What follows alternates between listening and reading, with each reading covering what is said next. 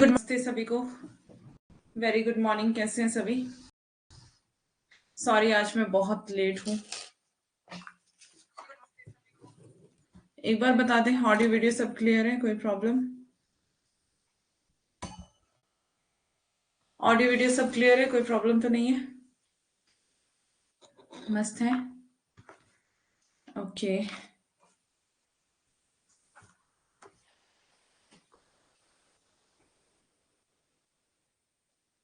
सभी ठीक है?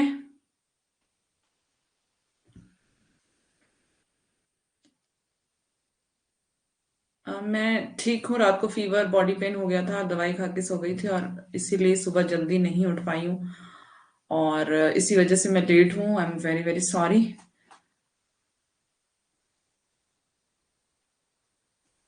तो चलते हैं, हम कौन कौन आ गया एक बार मैं देख लूँ। अंकिता, पूनम, अंजलि, सुशीला, ममता, एसएस, अंकिता, शालिनी और विनोद। ओके ओके, तो चलते हैं, हम पढ़ाई करते हैं। आज हमने पढ़ना है यूनिट 10 पढ़ना है ना? सॉरी 6। यूनिट 10 कल खत्म कर लिया था हमने। Good morning Shalini. तो ये आपने पढ़ लिया होगा तब से लेकर। कुछ समझ आया आपको?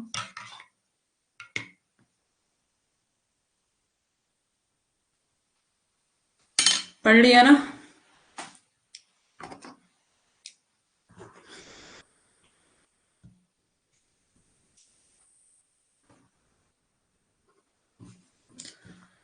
राह संघर्ष की जो चलता है वही संसार को बदलता है। जिसने रातों से है जंग जीती, सुबह सूर्य बनकर वही चमकता है। तो अगर आप भी चमकना चाहते हैं तो आपको भी जंग लड़नी पड़ेगी और लड़ करके जीतनी पड़ेगी। ठीक है, तो अपनी पढ़ाई जारी रखें।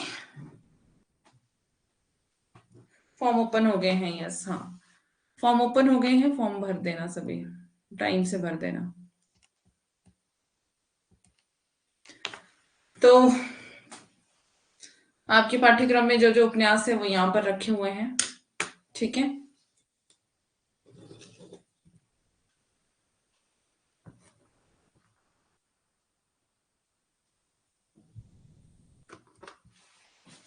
नहीं लिखा था, कोई बात नहीं, आप अपनी तरफ से लगा लो ना। मेन मकसद है मेरा आपको मैसेज देना। ठीक है,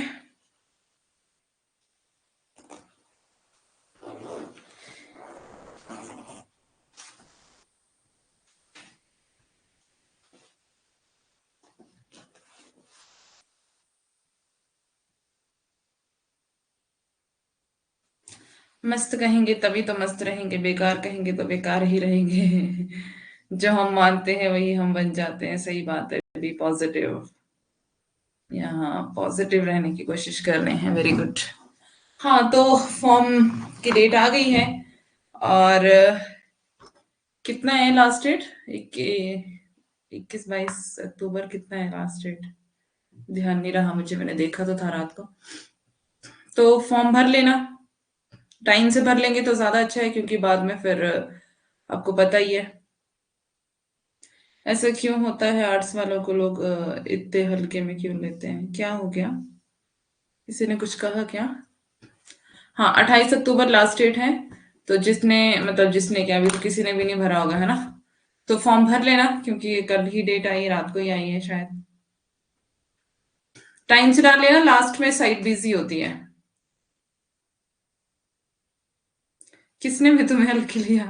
हाँ, जरा बताओ। लेते हैं हम, देखते हैं हम उसको भी।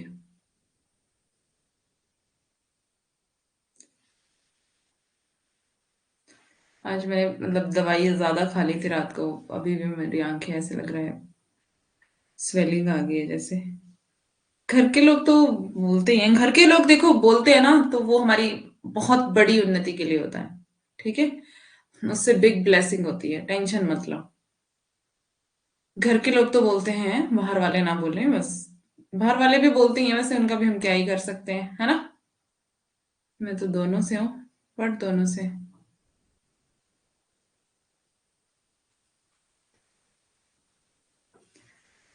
तो सभी बोलते हैं, बस उनका एक ही जवाब है कि करके दिखाओ, है ना।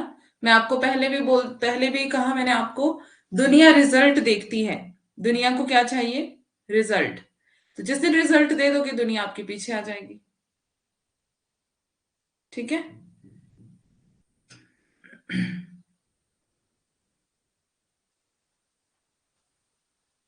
हम्म। मेला अंचल मुश्किल उपन्यास लग रहा है मैम। कोई बात नहीं विनोद, उतना मुश्किल नहीं है, जितना उससे पूछेगा वो मैं सब आपको करवा दूंगी, ठीक है, टेंशन मत लो।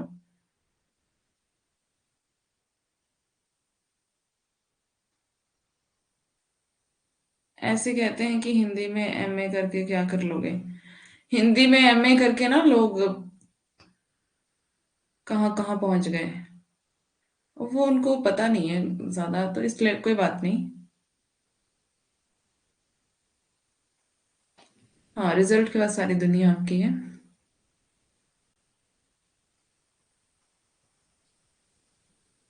अच्छा, मम्मी सत्संग में जा रहे हैं।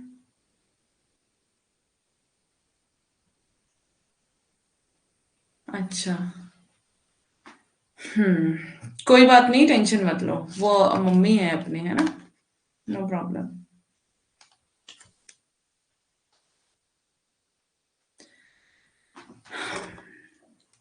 वैसे भी ऑनलाइन स्टडी है ना, घर बैठे ही करनी है। तो घर वाले यही सोचते हैं, इनको कौन सा कोई काम है, फोन पकड़ के तो सारा दिन इन्होंने बैठना होता है ना। तो उनकी नजरों में वो, मतलब उन्हें नई नॉलेज है, कोई बात नहीं, उतनी टेंशन नहीं लेते। ओके। अब आप किसी को फोन पकड़ते पकड़े हुए दिखोगे अगर पूरा दिन, तो फिर नेचुरल सी बात है, उनको लगेगा कि बेकार लोग हैं ये। तो रिजल्ट दो दुनिया को, बस रिजल्ट चाहिए दुनिया को। जिस दिन रिजल्ट दे दोगे, सब आपके पीछे आ जाएंगे, है ना। तो ऐसा बोलते ही हैं सारे, उसकी परवाह नहीं करते। परवाह करते हैं अपनी मंजिल की, कैसे पहुंचना है, बस। बाकी तो सब चलता रहता है, अगर वो नहीं भी होगा ना, तो हम पहुंच भी नहीं पाएंगे मंजिल में। परेशानियां होनी हमारे जीवन में बहुत ज्यादा जरूरी है, दुख तकलीफें आना बहुत ज्यादा जरूरी है। अगर वो नहीं आएगा ना, तो हम पहुंच नहीं पाएंगे मंजिल तक। फिर हमें आराम से, जब सब कुछ मिल रहा है, कोई बोलने वाला नहीं, कोई ताने मारने वाला, कोई टोकने वाला नहीं है, तो फिर हम हल्के में ले लेंगे चीजों को, है ना। तो इसलिए वो अच्छे हैं, बिल्कुल भी टेंशन मत लो। और जितने भी लोग सफल हुए हैं, बहुत बड़े बड़े जिन्होंने सफलता हासिल की है, वो सब इसी सिचुएशन से होकर गुजरे हैं, है ना। गुजरना पड़ता है, यानी कि आपके हाथ में एक बड़ी सक्सेस आने वाली है, इसीलिए ये सब होता है। एक चार्ट बनाया है सभी यूनिट के लेखक और उनकी रचना, और कालक्रम की, यूनिट 5 से 10। वेरी गुड विनोद, ये बहुत अच्छी बात है, 5 से 10 तक बनाया, वो ज्यादा है। ठीक है, इम्पोर्टेंट है। अ, अच्छा लगा आपकी बातों से। ओके, चलो, अच्छा लगना चाहिए, तभी मेरा फायदा यहाँ होने का, है ना, अदरवाइज मेरा क्या फायदा। ये हर व्यक्ति इन चीजों से गुजरता है, गुजरना पड़ता है, कोई कोई दिक्कत नहीं है। ऐसा नहीं है कि आप ही गुजर रहे हो इस चीज से, सब गुजरते हैं, है ना। मतलब सिर्फ 10% शायद लोग ऐसे होंगे जिनको कोई कुछ नहीं बोलता है, वो आराम से जो रहते हैं, है ना। और 90% लोग ऐसे होते हैं जिनको बोलते ही हैं, और वो सुनते और करके दिखाते हैं। तो करके दिखाओ, मेन बात यही है कि करके दिखाओ, है ना।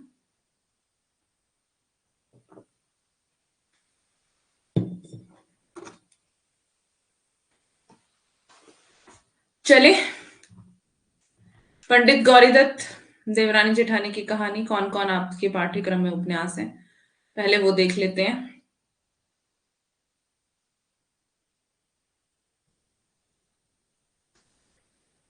आपके सर जी बहुत समझदार हैं, टेंशन मत लो आप, ठीक है। जो भी डिसीजन लेंगे समझदारी से लेंगे। पंडित गौरीदत्त देवरानी जेठानी की कहानी, लाला श्रीनिवास दास परीक्षा गुरु, प्रेमचंद का गोदान, शेखर एक जीवनी अज्ञे का भाग 1 आपके सिलेबस में है। और हजारी प्रसाद द्विवेदी का बाणभट्ट की आत्मकथा, फणेश्वर नाथ रेणु का मैला आंचल, यशपाल का झूठा सच, अमृतलाल नागर का मानस का हंस, भीष्म साहनी का तमस, श्रीलाल शुक्ल का राग दरबारी, कृष्णा सोप्ती का जिंदगी नामा, मनु भंडारी का आपका बंटी, जगदीश चंद्र का धरती धन्ना अपना। ठीक है, तो ये आपके सिलेबस में टोटल उपन्यास हैं।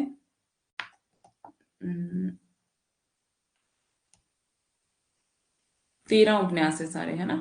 तो ये सारे के सारे आपको पढ़ने हैं। तो देवरानी जेठानी की कहानी देखते हैं पहले, कैसी है, क्या कहानी है। और मैला अंचल की टेंशन मत लो, इतना इतना जितना वो है, मतलब सारा नहीं पढ़ना है आपको कि भाई आप पूरा ही एक एक चीज उसकी याद रख लो। उसकी स्टोरी आपको पता होनी चाहिए कि क्या है। बाकी जो उसमें से क्वेश्चन आएंगे वो मैं करवा ही दूंगी आपको, है ना। उतना भी दिक्कत नहीं करेगा। तो बिल्कुल भी टेंशन मत लो, मुझ पे छोड़ दो सब। ठीक है, मुख्य तथ्य देखते हैं पहले इसके। लेखक इसके कौन है? पंडित गौरी दत्त। प्रकाशन देवरानी जेठानी की कहानी उपन्यास का प्रकाशन कब हुआ? 1870। ध्यान रखेंगे, यह उपन्यास छोटे आकार का है तथा इसकी मुख्य प्रति नेशनल लाइब्रेरी कलकत्ता में सुरक्षित है। देवरानी जेठानी की कहानी डॉक्टर गोपाल राय तथा डॉक्टर पुष्पलाल सिंह ने हिंदी का प्रथम उपन्यास माना है इसको, देवरानी जेठानी की कहानी को। डॉक्टर गोपाल राय तथा डॉक्टर पुष्पलाल सिंह ने हिंदी का प्रथम उपन्यास माना है। यह उपन्यास स्त्री केंद्रित है, जिसमें स्त्री की शिक्षा तथा उसके व्यवहार के उनके व्यवहार के विषय में रेखांकित किया गया है।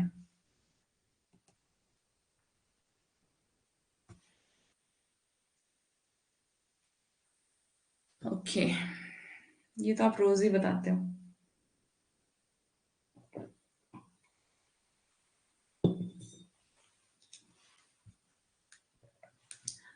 देखो, अपने लिए ना नेगेटिव बोलना पहले बंद करो। हर एक बच्चे को ये मेरा मैसेज है, सिर्फ एक को नहीं, है ना। तो अपने लिए जितना आप नेगेटिव बोलोगे अपने मुंह से, उतना आप होते भी जाओगे। तो इसलिए पॉजिटिव बोला करो, है ना। अंकिता ने आते ही एक ये बात कही थी कि पॉजिटिव बोलेंगे तो पॉजिटिव रहेंगे, है ना। तो ये भी एक फैक्ट है कि आप अपने लिए क्या बोल रहे हो, आप अपने मुंह से क्या बोल रहे हो। नेगेटिविटी में रहोगे तो नेगेटिविटी काम करेगी, पॉजिटिविटी में रहोगे तो पॉजिटिविटी काम करेगी, है ना। तो ये फैक्ट है एक, करके देख लेना। मैंने खुद करके देखा है। तो जिसको भी ये लगता है कि मैं समझदार नहीं हूं, कोई भी हो आप में, मैं सिर्फ एक व्यक्ति को ये नहीं कह रही हूं, कुछ भी आपको लगता है ना कि मैं ऐसा हूं वैसा हूं, सुंदर नहीं हूं, मोटा हूं, छोटा हूं, पतला हूं, जैसा भी हूं, है ना, जाके अपने आप को शीशे में देखें और अपने आप को पॉजिटिव कहना शुरू करें, है ना। पॉजिटिव कहना शुरू करें, उसके विपरीत कहना शुरू करें जैसा आपको अपने अपने विषय में गलत लगता है। जैसे ही आप पॉजिटिव कहना शुरू करेंगे, आप देखेंगे हार्डली 15 दिन में आप चेंज देखेंगे अपनी लाइफ में। ओके, तो फैक्ट है ये, बिल्कुल भी नेगेटिव मत बोला करें, ये नेगेटिव असर करता है आपकी लाइफ में। ठीक है, नेट नहीं जेआरएफ करना है। जेआरएफ बड़ा गोल रखोगे तब आपका कुछ होगा, है ना। नेट की सोच मत रखो यार, जेआरएफ की सोच रखो। उससे भी ऊपर असिस्टेंट प्रोफेसर की सोच रखो। ठीक है, इतनी छोटी छोटी सोच मत रखो लाइफ में, करके दिखाओ दुनिया को। रिजल्ट दो फिर पता चलेगा, है ना। तो अपने आप को गधा कहना बंद करो।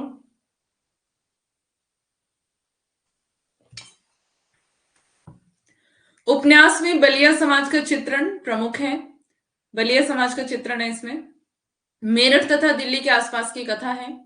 उपन्यास को 2 भागों में विभाजित किया गया है। उपन्यास में तत्कालीन सामाजिक बुराइयों पर कठोर प्रहार किया गया है। बाल विवाह, विवाह में फिजूल खर्ची, स्त्रियों की आभूषण प्रियता, बंटवारा, स्त्री शिक्षा आदि की झलक यहाँ दिखाई पड़ती है। तो बेटा उसके लिए ना कोशिश भी करनी पड़ती है। हाथ पे हाथ रख के बैठे रहोगे तो क्या हो जाएगा बताओ। मुझे ये बताओ ना।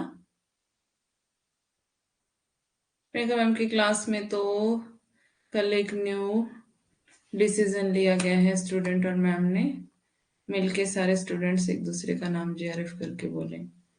जेआरएफ अंकिता। हम्म। हाँ।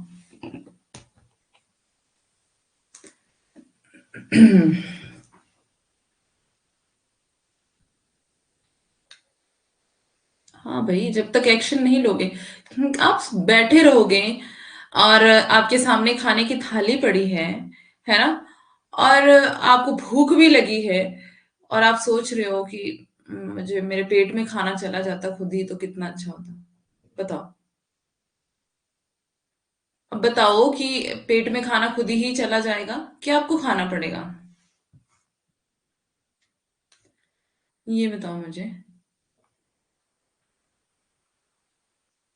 प्लेट में खाना पड़ा है, तरह तरह की डिशेस, और आप बैठे हुए हो, आपको भूख लगी है, तो खुद ही चला जाएगा पेट में खाना? नहीं जाएगा ना, खुद से उठा के खाना पड़ेगा, इतना तो कर ही सकते हो। जब मिल रहा है आपको, किया क्या कराया सब कुछ, है ना, तो पढ़ तो सकते ही हो, उसमें क्या है, कौन सी बड़ी बात है? कोशिश तो करनी पड़ेगी ना एटलीस्ट आपको, कि आप ऐसे ही बैठे रहोगे? बताओ। कोशिश तो करके देखो। कोशिश करके देखो, दुनिया आपकी मुट्ठी में है ना, तो खा के तो देखना ही पड़ेगा। आपके सामने मैंने प्लेट सजाई होती है रोज, पढ़ तो लो कम से कम। एग्जाम टाइम स्टडी से मेन रोल प्ले करता है हमारी लाइफ, हमारा पॉजिटिव रहना, नेगेटिविटी से दूर रहना। हाँ, सही। एग्जाम टाइम टाइम की बात नहीं है, ये पूरी लाइफ की बात है। हमेशा लाइफ में उतार चढ़ाव तो आते ही रहते हैं, तो पॉजिटिव रहेंगे तो आप उन सारी मुसीबतों से बाहर आएंगे, है ना।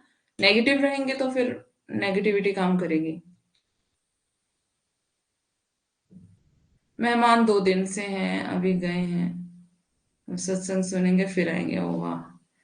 मेहमान तो, मेहमानों का तो क्या ही कर सकते हैं ना? उसके लिए तो फिर खुद ही स्ट्रिक्ट होना पड़ता है।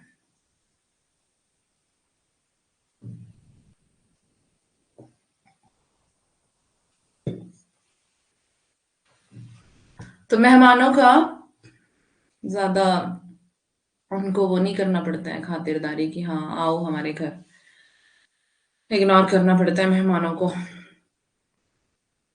Thank you so much ma'am, आप मेरी प्रेरणा हो।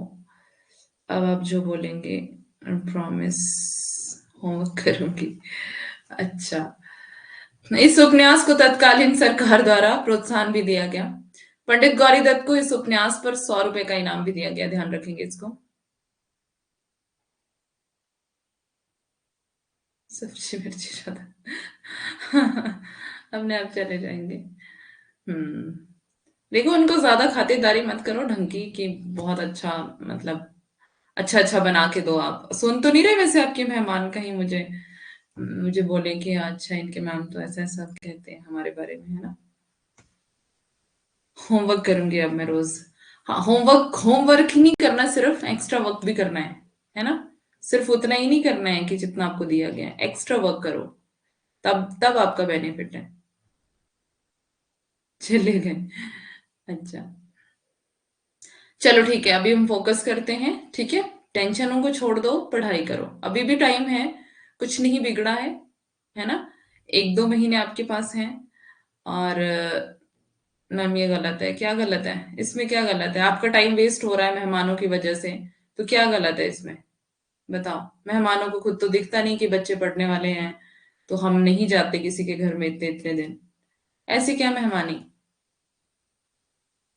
तो खुद डिसीजन लेने पड़ते हैं अपनी लाइफ के लिए, ठीक है। जितना लोगों को खुश करोगे ना आप, आपका लॉस है उसमें।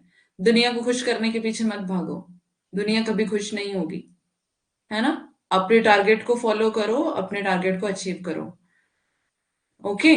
मैं ये नहीं कह रही रिस्पेक्ट मत करो, रिस्पेक्ट करो सबकी, लेकिन अगर आपके घर पे अब बैठे ही हैं रोज रोज मेहमान, तो फिर ये तो अच्छी बात नहीं है।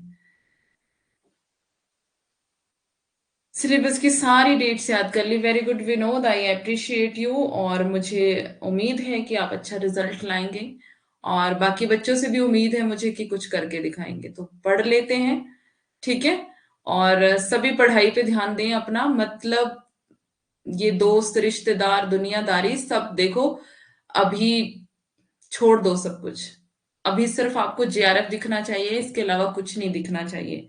मत लोगों को खुश करने के पीछे भागो अभी आप, है ना। दुनिया ना तभी आपके पीछे आएगी जब आप उनको रिजल्ट दोगे।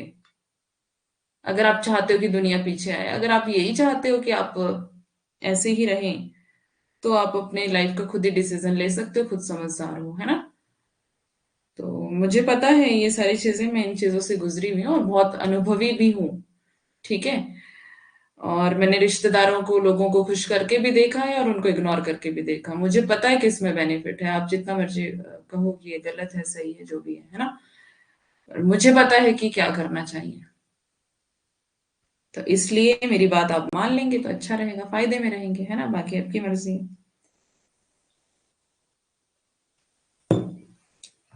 ओके, चलो अब फोकस इधर। पात्र लाला सरसुखलाल परिवार के मुखिया हैं तथा मेरठ की मंडी में इनकी परचून की दुकान है। लाला सरसुखलाल स्वभाव से ही मेहनती हैं। फिर इसमें दूसरे जो पात्र है वो है दौलत राम। दौलत राम लाला सरसुखलाल के बड़े बेटे हैं। पिता की वृद्धावस्था में दुकान का कार्यभार यही संभालते हैं।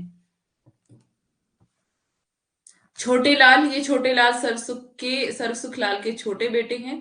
मदरसे से अंग्रेजी की पढ़ाई करते हैं और पढ़े लिखे होने के कारण रेल विभाग में नौकरी प्राप्त कर लेते हैं।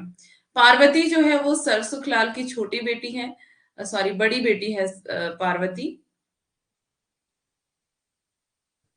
और जो सुखदेई है वो सरसुखलाल की छोटी बेटी है ना। जो सुख देने वाली है वो छोटी है।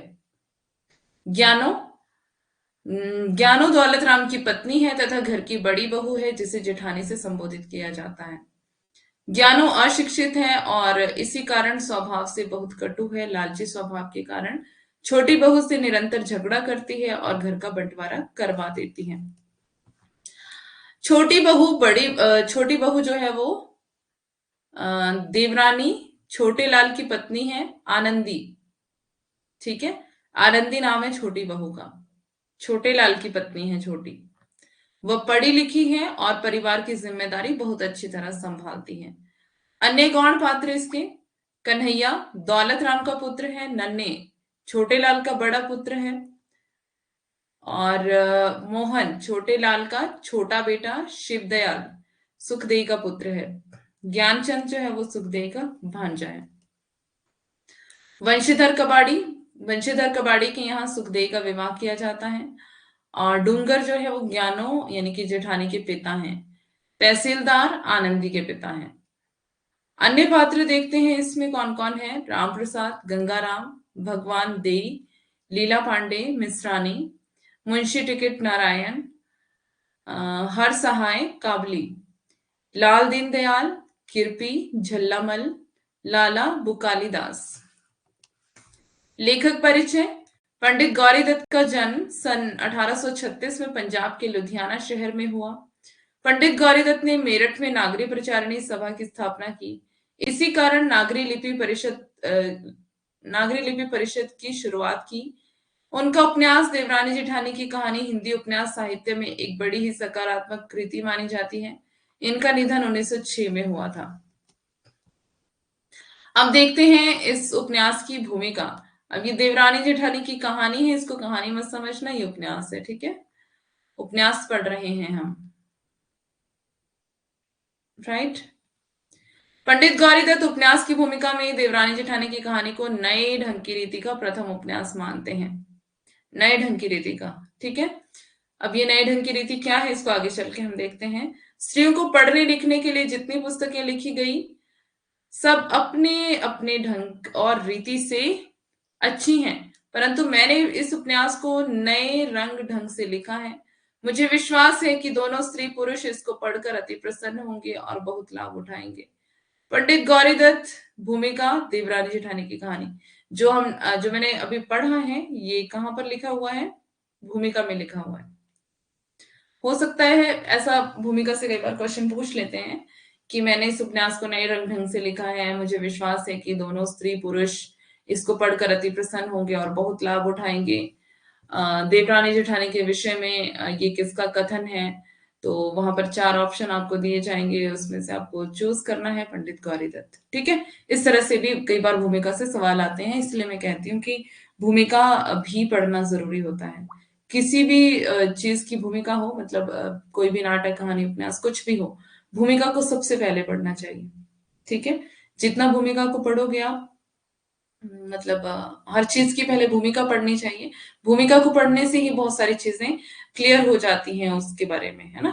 तो भूमिका में बहुत सारे आपको सवालों के जवाब भी मिल जाते हैं, और वो आपके काम का भी होता है, एग्जाम के लिहाज से भी काम का होता है। ठीक है? तो भूमिका को पढ़ना बहुत जरूरी है।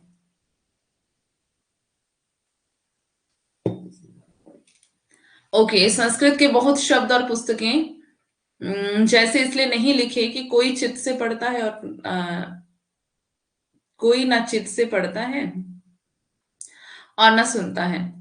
पंडित गौरीदत्त ये भी भूमिका में ही कहते हैं। पंडित गौरीदत्त ने अपने उपन्यास में तत्कालीन बनिया समाज में जन्म, मरण, विवाह आदि में क्या क्या कार्य रहा है, यह दिखाने का पूर्ण प्रयास किया है। शिक्षित तथा अशिक्षित स्त्रियों में क्या क्या अंतर है, बालकों का पालन पोषण किस प्रकार होता है तथा उनका पोषण किस आदर्श परक परिस्थिति में होना चाहिए, स्त्रियों का समय किस किस कार्य में व्यतीत होता है, शिक्षित स्त्री जब किसी कार्य को करती है और अशिक्षित स्त्री के उसी सामान्य कार्य को करने में क्या क्या बाधाएं आती हैं, इसका पूर्ण विश्लेषण उपन्यास की घटनाओं में देखने को मिलता है। पंडित गौरीदत्त उपन्यास की भूमिका में एक छोटी कविता भी लिखते हैं। अब ये कविता जो लिखते हैं इसको ध्यान से आप पढ़िएगा, सुनिएगा। ठीक है? दया उनकी मुझ पर अधिक वित्त से, जो मेरी कहानी पढ़े चित्त से।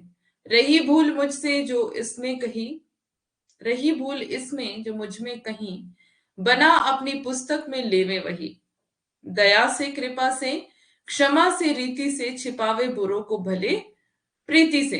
पंडित गौरीदत्त देवरानी जेठानी की कहानी की भूमिका में क्या कह रहे हैं? जो मेरी कहानी को चित्त से पढ़ेगा उनकी दया मुझ पर अधिक वित्त से होगी, है ना? रही अगर मुझसे कोई भूल भी हो गई है तो क्या करना? अपना समझ के उस पुस्तक को भूल भी ठीक कर लेना, है ना? तो ये ध्यान रखना कि इन्होंने भूमिका में कहा है ये। और आपके काम का भी है, हो सकता है पूछा जा सकती है ये जो कविता इन्होंने लिखी है। ठीक है? आगे है, इस उपन्यास का उद्देश्य समाज की कुरीतियों को सामने लाकर उसका विरोध करना है और आदर्श परिवार एवं समाज की रचना का संदेश देना है। यह उपन्यास उद्देश्य लिखा गया तथा पंडित गौरीदत्त प्रारंभ में ही इसके उद्देश्य को स्पष्ट करते हैं। देवरानी जेठानी की कहानी सारांश, दिल्ली के नजदीक मेरठ के एक सामान्य परिवार की पूर्ण कथा को पंडित गौरीदत्त ने मूल रूप से कथानक का आधार बताया है।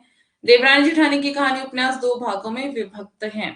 सर सुखलाल मेरठ के रहने वाले एक सामान्य बनिया परिवार का प्रतिनिधित्व करते हैं। उनके परिवार में 2 पुत्रियां हैं, 2 पुत्र हैं तथा उनकी पत्नी है। अपने बच्चों को समय अनुसार शिक्षा दीक्षा दिलवाकर वे दोनों पुत्र और पुत्रियों का अलग अलग स्थान पर विवाह कर देते हैं। विवाह के पश्चात तो तबके का परिचय देता है जो एक ही छत के नीचे संयुक्त परिवार में रहते हैं, जहां परिवार तथा कुटुंब की देखरेख मुखिया करता है और उसी के ही नियंत्रण में सभी सदस्य कार्य करते हैं। उपन्यास के प्रथम भाग में लाला सरसुखलाल की पारिवारिक तथा आर्थिक स्थिति का चित्रण मिलता है। सरसुखलाल का परिवार एक संपन्न परिवार है। सरसुखलाल के माता पिता का देहांत हैजे के कारण हो सरसुखलाल के माता पिता का देहांत किस कारण से होता है? हैजे से होता है। ठीक है? ये भी आपको ये ध्यान रख लेना। असमय अनाथ होने पर भी छोटे मोटे सामान बेचकर वो धीरे धीरे एक परचून की दुकान कर लेते हैं। उनकी इस मेहनत तथा लगन के कारण सारा बनिया समाज उनकी बड़ी इज्जत करता था। सरसुखलाल के 2 पुत्र तथा 2 पुत्रियां थी।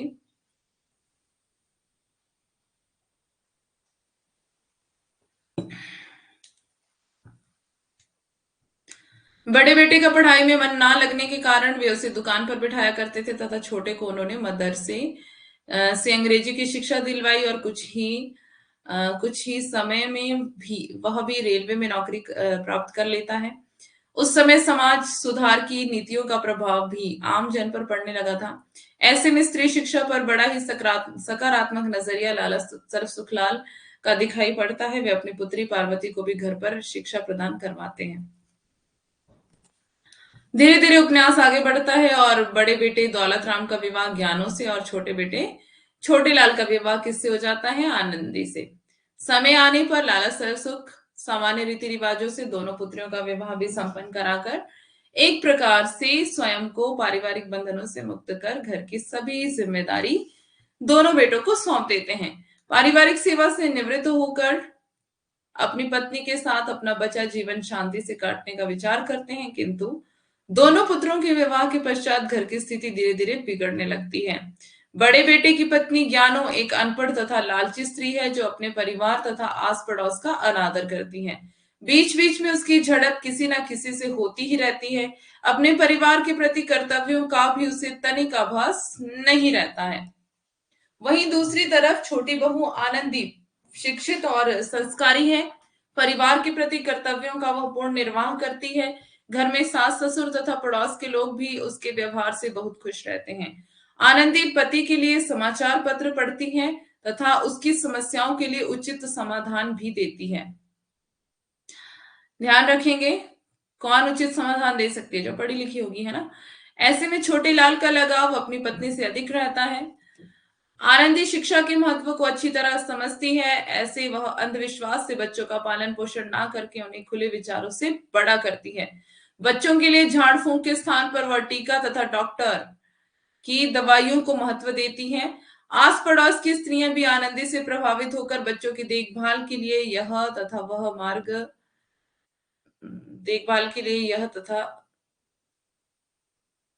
मार्ग अपनाती है। मतलब क्या करती है? झाड़ फूंक,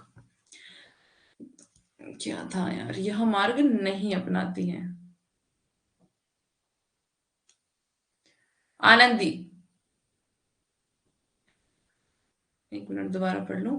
आस पड़ोस की स्त्रियां भी आनंदी से प्रभावित होकर बच्चों की देखभाल के लिए यही मार्ग अपनाती है ना। ये आगे पीछे हो गया है।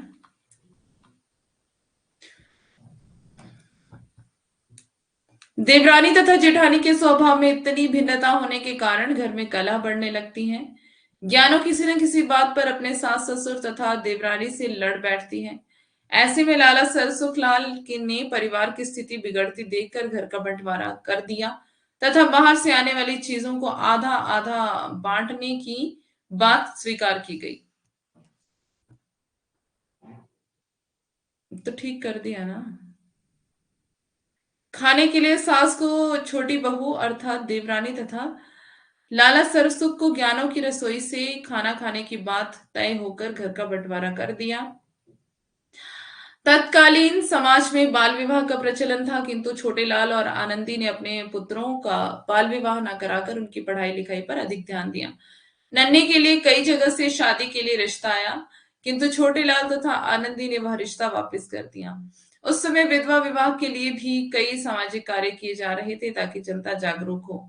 विधवा विवाह का प्रचलन उतना नहीं था तब, मतलब उस समय में। यदि किसी स्त्री के पति की अल्पायु में ही मृत्यु हो जाए तो उसकी पत्नी को पुनर्विवाह का कोई अधिकार नहीं था, किंतु इस समय में छोटे लाल की पत्नी की मामा की बेटी जिसका 9 वर्ष की आयु में विवाह हुआ था, उसके पति की असमय मृत्यु हो गई। इस कारण वह मात्र 10 वर्ष की अवस्था में ही विधवा हो गई। उसके दिन दुख में कटने लगे। आनंदी के प्रयासों से उसका पुनर्विवाह कराया गया। लाला सरसुखलाल अपनी आयु पूरी कर मृत्यु को प्राप्त करते हैं। उनके 1 माह बाद ही उनकी पत्नी का भी स्वर्गवास हो जाता है।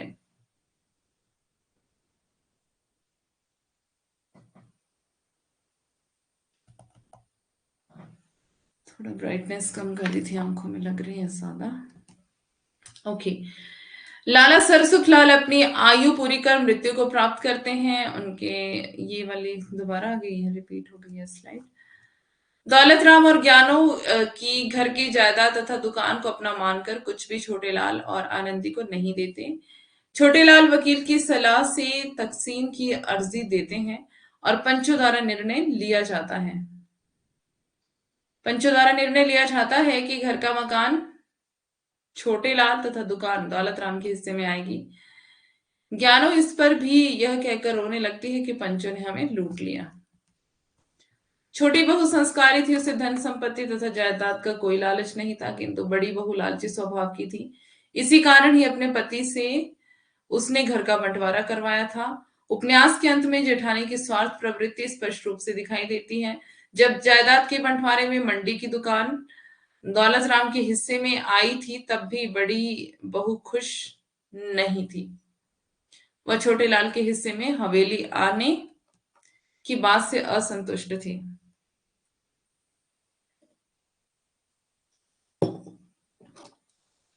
इसलिए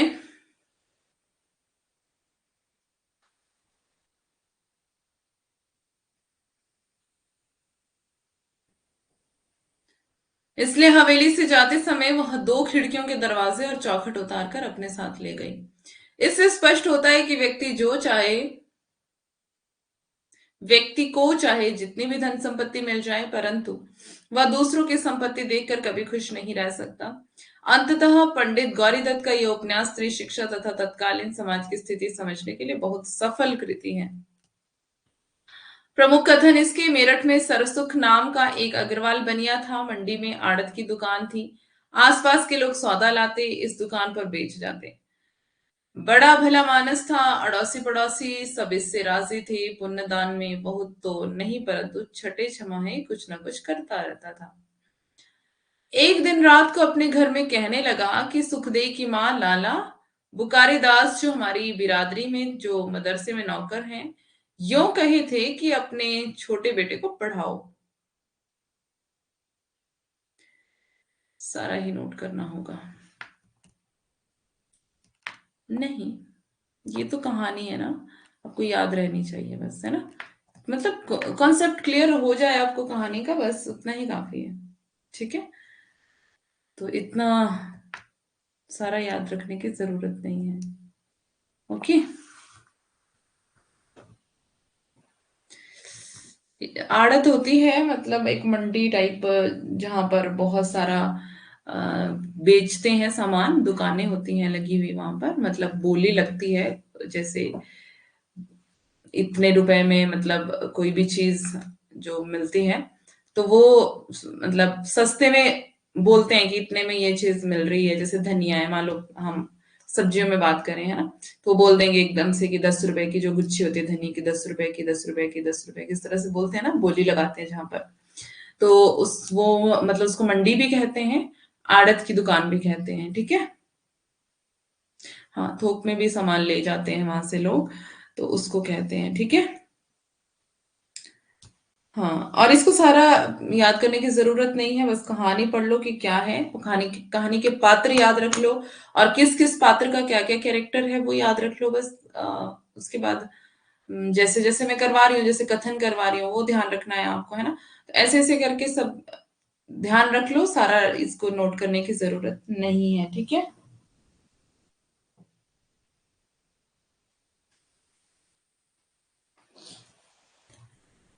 ओके।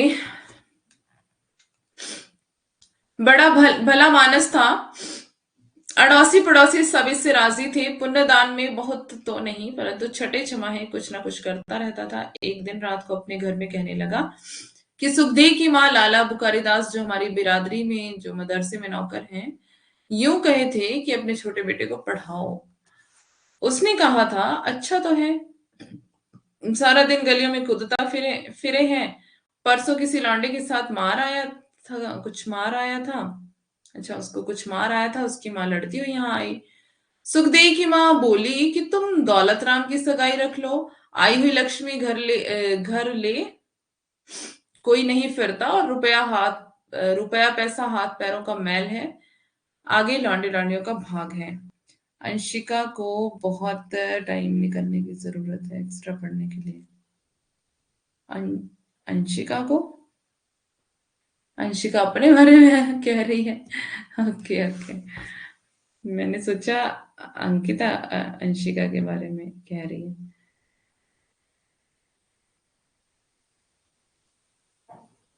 अच्छा, यहाँ आपसी बातचीत शुरू हो गई है। ओके।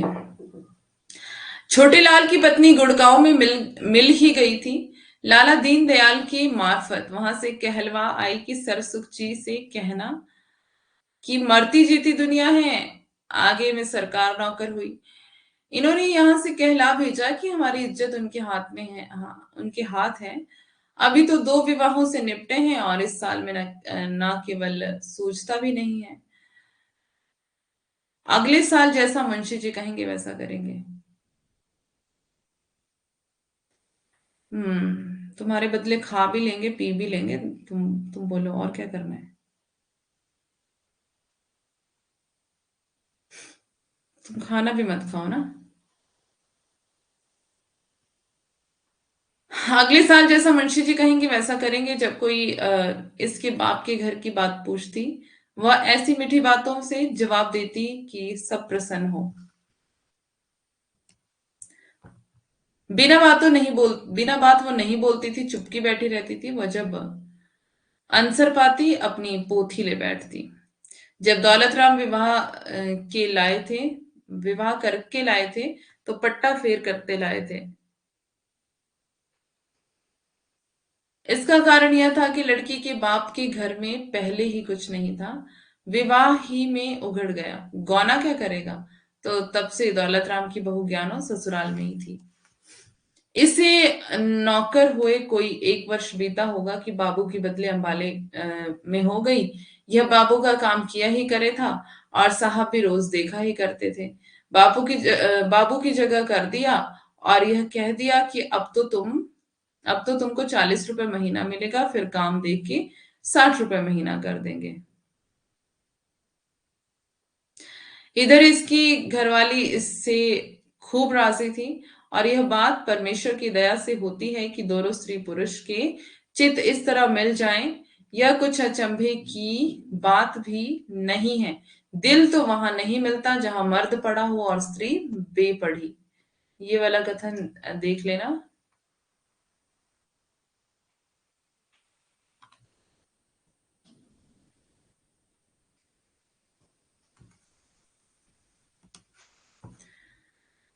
जब यह दोनों मिलते तो एक दूसरे को देखकर बड़े प्रसन्न होते। इधर वह उसके मन की बात पूछती और अपनी कहती। इधर उसके इस बात का बड़ा ही ध्यान रहता कि कोई बात ऐसी ना हो जिससे इसका मन दुखे। विचार दौलत राम को निरा विचार दौलत राम तो निरा बनिया ही था, पढ़ा लिखा कुछ नहीं था। आगे उसकी बहू गांव की बेटी थी और उसने देखा ही क्या था। छोटे लाल की बहू की सी सुधराई और सफाई कहाँ। आटा पीसना और गोबर पाथना इसको खूब आवे था। मतलब कि पढ़ी लिखी नहीं थी वो, दूसरी वाली पढ़ी लिखी थी। छोटे बहू छोटे की बहू कुछ ना कुछ करती रही थी। सवेरे उठते उठते ही बुहारी देती, चौका बासन करके दूध बिलौती, फिर नहा धोकर 2 घड़ी भगवान का नाम लेती, रोटी चढ़ाती। बहन जिप पे आती, जैसी आती होगी वैसी करेगी। और यह मेरी देवरानी बड़ी खोटी और चुप चोटी है। मेरा देवर 70 चीजें लावे हैं, दोनों खसम जोरू जावे हैं, किसी को एक चीज नहीं दिखलाते। क्या हो रहा है भाई। चुप हो जाओ सारे, पढ़ लो। तुम्हारा कैसा स्वभाव है, बाहर की लुगाइयों के सामने तो बाली ठाली की बात मत कहा करो, इसमें घर की बदनामी है। छोटी बहू ज्ञानों से बातें करने के लिए ना मैं आपको लास्ट में एक्स्ट्रा टाइम दे दूंगी, ठीक है। सास ने कहा, मैं क्या कहूं। हमारी वह कहावत है कि अपना मरण जगत की हंसी। बिरादरी के लोग हंसेंगे और ठट्टे मारेंगे कि फलाने घर लुगाइयों में लड़ाई हुई थी तो उसने अपने बड़े बेटे को जो कर दिया। लाला सरसो कहते हैं। यह लड़का बड़ा बुद्धिमान है और भाग्यशाली होगा क्योंकि इसके सीधे दांत हैं, चौड़ा माथा है और हंसमुख है। ये पुरोहित कहते हैं, वैसे पुरोहित ही कह सकते हैं, ऐसी बात है ना। मनुष्य को चाहिए कि जितनी चादर देखे उतने पांव पसारे। मुझे यह बात अच्छी नहीं लगती। जैसे और हमारे बनिए हाट हवेली गिरवी रख के वह दुकान में से 1000 2000 रुपए की बड़ी कठिनाई से पैदा किए हैं, विवाह में लगाकर बिगड़ जाते हैं। ये लाला सर्व सुखलाल कह रहे हैं। हमारी वह कहावत है, दांत घिसे और खुर घिसे पीठ बोझ ना लगे, वो पीठ बोझ ना ले, ऐसे बूढ़े बैल को कौन बांध मुझसे। ये सर्व सुखलाल का कथन। भगवान उत्ते बैरी यहाँ भी चैन नहीं देते ज्ञानो। ये मतलब सॉरी, ज्ञानो का कथन है। भगवान उत्ते बैरी यहाँ भी चैन नहीं देते। परीक्षा हुए बिना किसी को सच्चा मित्र भी नहीं कह सकते। भले बुरे मनुष्य की परीक्षा समय पाकर अपने आप हो जाएगी। जब तक मनुष्य की परीक्षा ना हो, साधारण बातों में उसके जाहिरी बर्ताव पर दृष्टि रखनी चाहिए, परंतु जोखों के काम में उसे उससे सावधान रहना चाहिए। उसका दोष प्रकट होने पर उसको छोड़ने में संकोच ना हो। ऊपर से दिखाने वाले लोग अपना निज स्वभाव छिपाकर सज्जन बनने के लिए सच्चे सज्जनों के स्वभाव की नकल करते हैं, परंतु परीक्षा के समय उनकी कलई तत्काल खुल जाती है। जो से समझ नहीं आती है, वह एक बार की परीक्षा से भलीभांति मन में। ये परीक्षा गुरु के कथन तो नहीं स्टार्ट हो गए हैं।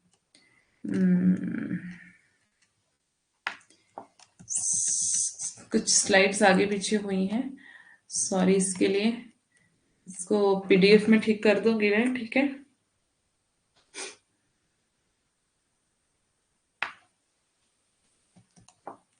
हाँ शायद कहाँ था। ये परीक्षा गुरु के कथन है। यहाँ पर ये खत्म हो जाता है आपका पूरा, ठीक है। देवरानी जेठानी की कहानी यहाँ पर ये खत्म हो जाता है, ठीक है। उसके बाद ये वाला परीक्षा गुरु है। एक मिनट, नहीं नहीं, इधर आगे यहां से शुरू होता है परीक्षा गुरु। इस वाली, इसको मैं उसमें ठीक कर दूंगी पीडीएफ में। अभी फिलहाल ऐसे ही पढ़ लेते हैं ना, ठीक है। इसमें ही है, इसी स्लाइड में है।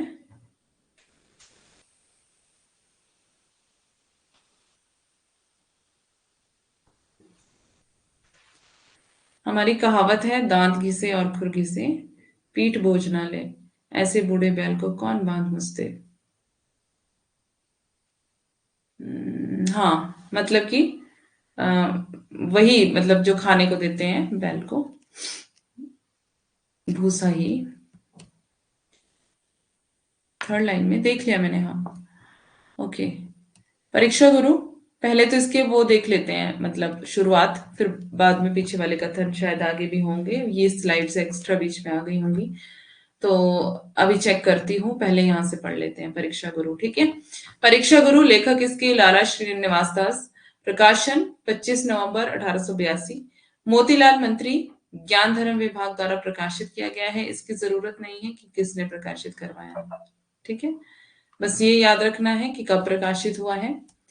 विषय है इसका, परीक्षा गुरु का उद्देश्य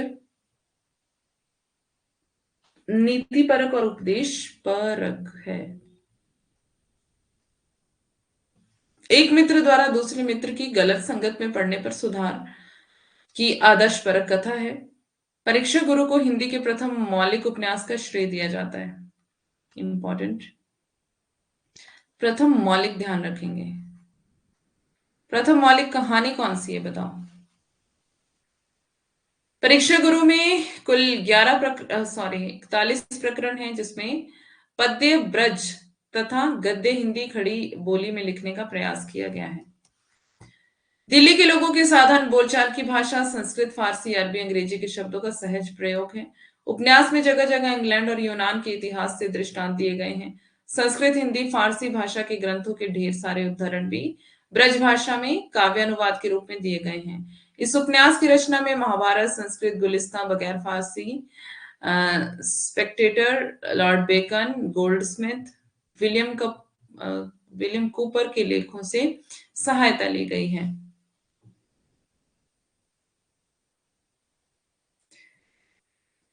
प्रकाश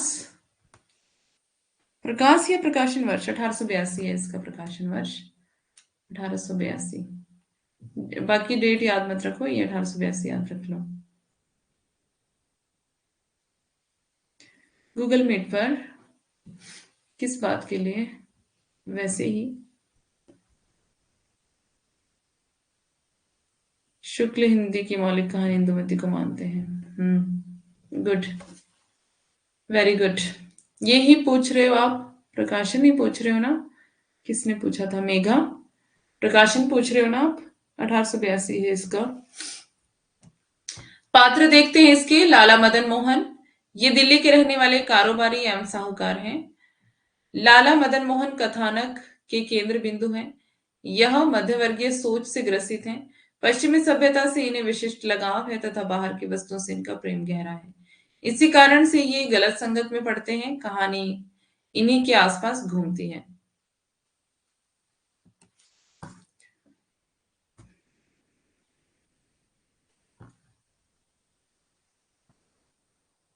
हम्म लाला ब्रज किशोर मदन मोहन के सच्चे मित्र हैं। ये पेशे से वकील और विपरीत परिस्थितियों में भी अपने मित्र का साथ नहीं छोड़ते।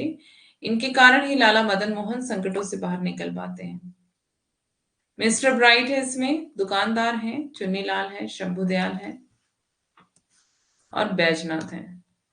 अन्य पात्र इसमें बाबू बैजनाथ, पंडित पुरुषोत्तम दास, हकीम अहमद हुसैन, हर्ष किशोर, निहाल चंद, लाला जगजीवन दास, नवल और जुगल ब्रज किशोर के भाई हैं। ठीक है। लेखक परिचय। श्रीनिवास दास का जन्म 1850 में मथुरा उत्तर प्रदेश में हुआ। हिंदी, उर्दू, संस्कृत, फारसी और अंग्रेजी आदि भाषाओं पर समान अधिकार रखने वाले लाला श्रीनिवास दास को दिल्ली में आधुनिक तथा मौलिक ढंग का प्रथम उपन्यास लिखने का गौरव प्राप्त है। लाला श्रीनिवास दास भारतेंदु युग के चर्चित लेखकों में से एक हैं।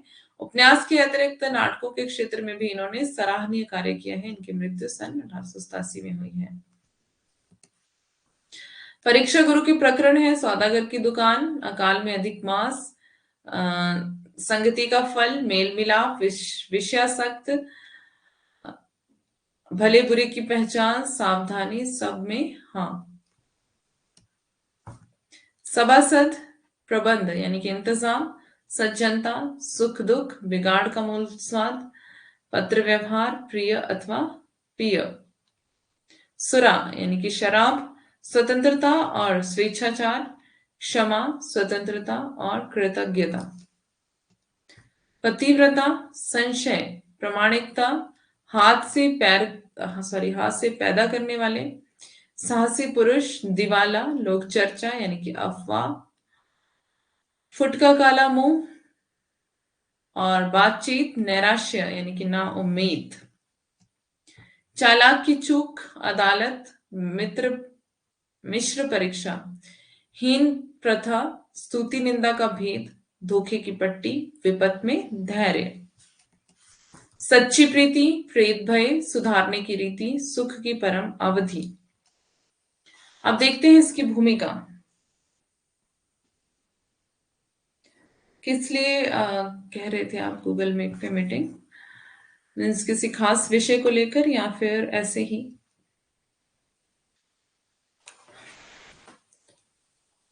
भारतेंदु युग में ऐसा समय तथा जहां खड़ी बोली में रचनाएं प्रारंभ होने लगी थी। उपन्यास के क्षेत्र में उनका योगदान बड़ा ही विशिष्ट रहा है। परीक्षा गुरु की भूमिका में वे लिखते हैं, अब तक नागरी और उर्दू भाषा में अनेक तरह की अच्छी अच्छी पुस्तकें तैयार हो चुकी हैं, परंतु मेरी जान से इस रीति से कोई नहीं लिखी गई। इसलिए अपनी भाषा में यह नई चाल की पुस्तक होगी। तो मतलब ये जो परीक्षा गुरु है ना, वो भाषा में नई चाल की पुस्तक है। ठीक है, तो इसको आपको याद रखना है कि नई चाल की पुस्तक है, बट क्यों है? भाषा के कारण। परंतु नई चाल होने से ही कोई चीज अच्छी नहीं हो सकती, बल्कि साधारण रीति से तो नई चाल में तरह तरह की भूल होने की संभावना रहती है। ये लाला श्रीनिवास दास भूमिका परीक्षा गुरु की भूमिका में कह रहे हैं। यह उपन्यास वास्तव में नई चाल तथा नई रीति से लिखा गया है।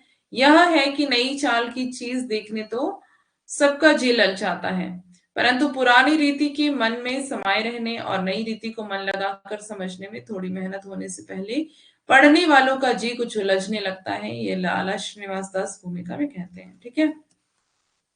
लेखक पुस्तक का आरंभ सौदागर की दुकान से करते हैं। यह उपन्यास उस समय लिखे जाने वाले उपन्यासों से शिल्प की दृष्टि से भी भिन्न है। तथा कथित लिखी जाने वाली राजा रानी की कहानियां, जहां कथा इस सिरे से दूसरे यानी कि एक सिरे से दूसरे सिरे तक जाती है, इससे उसका शिल्प भिन्न है।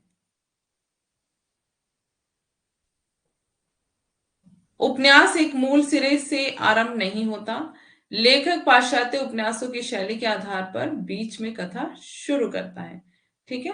तो मतलब शुरू से इसकी स्टोरी आरंभ नहीं हो जाती है, ऐसा कह रहे हैं। पाश्चात्य की शैली पर लिखा गया है ये।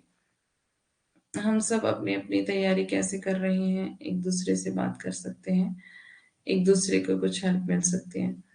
ओके, तो इसके लिए हम टेलीग्राम पर भी कर सकते हैं वीडियो चैट। टेलीग्राम पर जो हमारा ग्रुप है उसमें भी ऑप्शन है ये करने का, तो देखते हैं। पाठकों का कार्य है कि कथा को आरंभ से अनुभव करें तथा धीरे धीरे समझें कि घटना से पूर्व जो लेखक द्वारा नहीं लिखा गया है वहां क्या क्या घटित हुआ होगा। लेखक की यह दूरदृष्टि पाश्चात्य उपन्यासों की ही छाया प्रतीत होती है।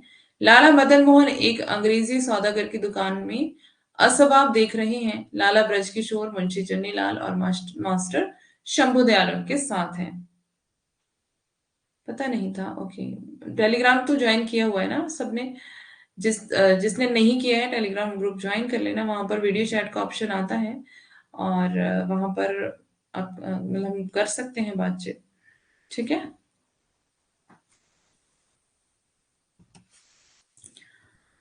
इनमें कौन सा पात्र कौन है, उनका आपस में संबंध क्या है, यहाँ वे किस लिए इकट्ठा हुए हैं, यह बात पहले से कुछ भी दिखाई नहीं गई है। पढ़ने वाले धैर्य से यह पुस्तक पढ़ लेंगे तो उन्हें आदि से अंत तक सब मेल मिल जाएगा। इस पुस्तक में संस्कृत, फारसी, अंग्रेजी की कविता का तर्जुमा अपनी भाषा के छंदों में हुआ है, परंतु छंदों के नियम और दूसरे देशों का चाल चलन जुदा होने की कठिनाई से पूरा तर्जुमा करने के बदले कहीं कहीं भावार्थ ले लिया गया है। ये लाला श्रीनिवास दास का कथन है। तर्जुमा होता है अनुवाद। डिलीट कर दिया था। अच्छा, कोई बात नहीं, वो तो फिर से डाउनलोड हो जाएगा, उसमें क्या है। परीक्षा गुरु उपन्यास का सारांश देखते हैं। परीक्षा गुरु उपन्यास दिल्ली के एक बिगड़े रईस मदन मोहन के संकटों में पड़ने तथा उनके उद्धार की कथा है। उद्धार मतलब कि उस संकट से निजात पाने के लिए। मदन मोहन की दुरावस्था में सभी चाटुकार मित्र एक एक करके खिसक जाते हैं।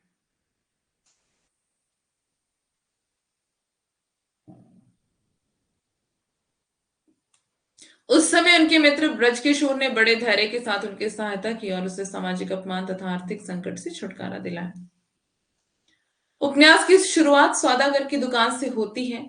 लाला मदन मोहन अत्यधिक संपन्न व्यक्ति हैं। वे हर चीज वे हर वह चीज खरीदना चाहते जो विलायती हो तथा उनकी झूठी शान को बनाए रखने में सहायता कर सकती हो।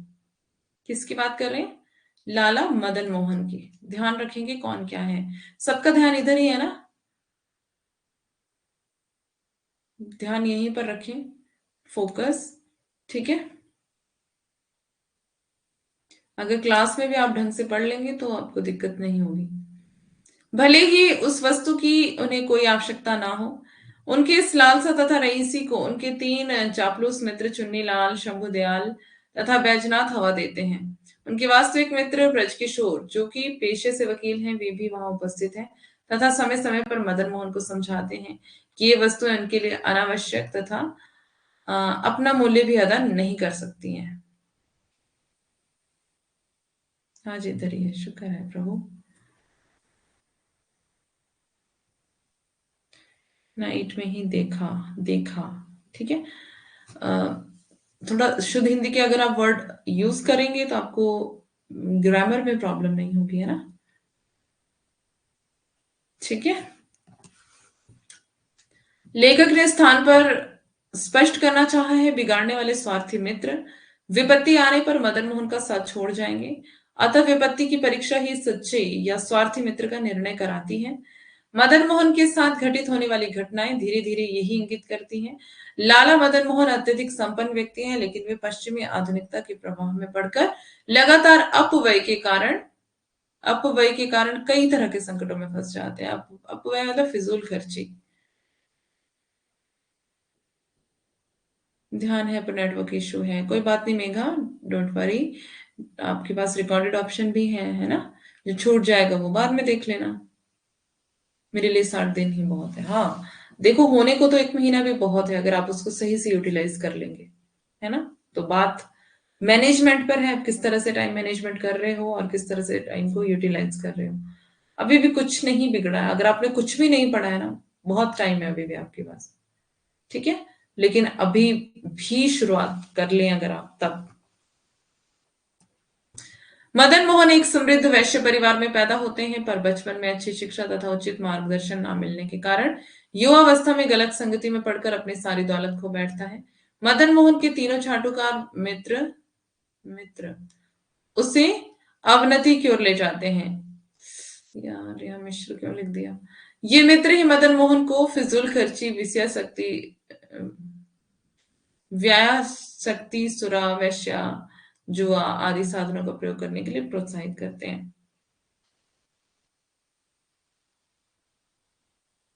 मूवी की बात कौन सी वाली?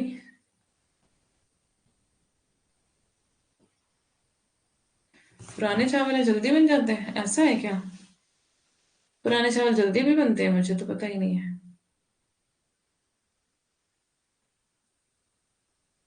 कविता नहीं खत्म हो रहा, कोई बात नहीं, कविता खत्म करके इधर आ जाना आराम से।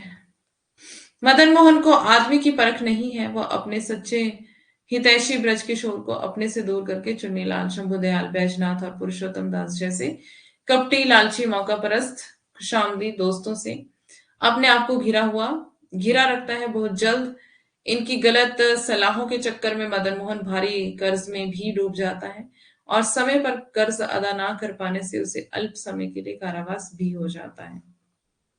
उपन्यास पढ़ लिया है? ओके, तो उपन्यास पढ़ लिया, फिर क्या दिक्कत है?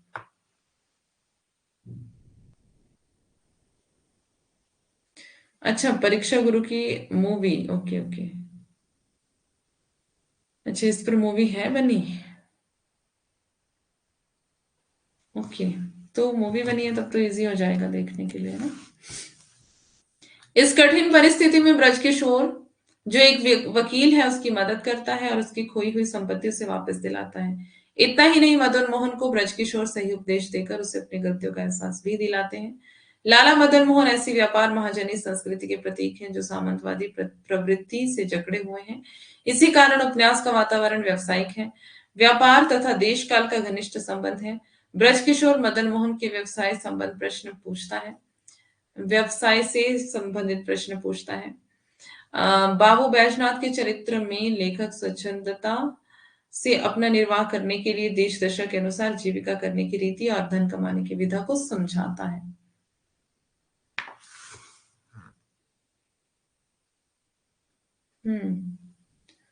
ओके। प्रेमचंद पूर्व हिंदी उपन्यास प्राय कथा प्रधान है, किंतु परीक्षा गुरु कथा प्रधान नहीं है बल्कि उद्देश्य प्रधान है। उद्देश्य तो है ही। अच्छा, उपन्यास के अंत में लेखक ने प्रमुख पात्र मदन मोहन के अपने आप बीती वृतांत को छुपवाने की इच्छा व्यक्त करवाकर कथा को सत्य घटना आधारित अच्छा बनाने के लिए या बनाने का अच्छा प्रयत्न किया है। मदन मोहन कहते हैं, इस अवसर पर मेरी जिन जिन लोगों से जो जो बातचीत हुई है वह भी मैं उसमें लिखने के लिए बता दूंगा। उपन्यास में तत्कालीन भारत की स्थिति के सूक्ष्म और संगत विश्लेषण से कथा वस्तु को वास्तविक बनाया गया है। लाला श्रीनिवास दास स्वयं विशेष व्यापार कुल तथा व्यवहार निपुण व्यक्ति थे, इसलिए अमीरों की ठाट बाट और चोचलों उनकी चाटुकारों और व्यापारिक चालबाजियों का चित्रण ठीक ठीक होने से कथा में स्वाभाविकता आ गई है। परीक्षा गुरु की मूल कथा वस्तु छोटी तथा सरल है, इसमें प्रासंगिक कथाओं का अभाव है, इसलिए जटिल नहीं। समस्त कथा लाला मदन मोहन पर केंद्रित है, मतलब जटिल नहीं है, सरल है, और लाला मदन मोहन पर ये केंद्रित है, सेंटर्ड है। प्राय मदन मोहन की कोठी में ही पात्रों की महफिल जमती है। इन पात्रों में अधिकांश मदन मोहन के चाटुकार मित्र हैं, जो मदन मोहन की हाँ में हाँ मिलाकर अपना उल्लू सीधा किया करते हैं। वह हमेशा मदन मोहन को कुपथ पर जाने से रोकने के लिए उपदेश देता रहता है।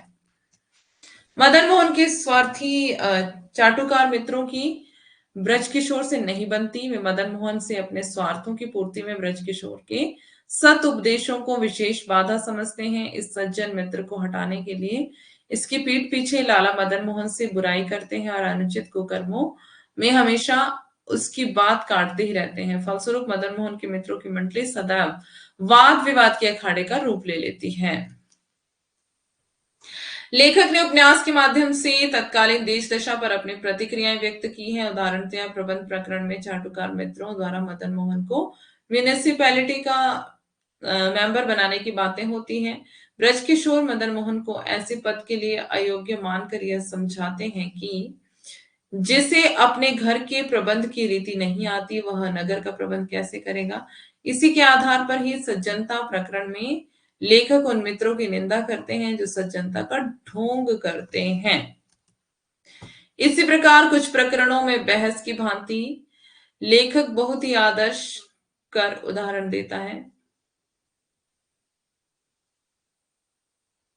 बात यह वहां घूमकर अप्रासंगिक प्रश्नों को लेकर अंत में अपने विषय पर वापस आ जाती है। लेखक के मित्रों की परख में सावधानी यानी कि चालाकी नहीं को आवश्यक माना है।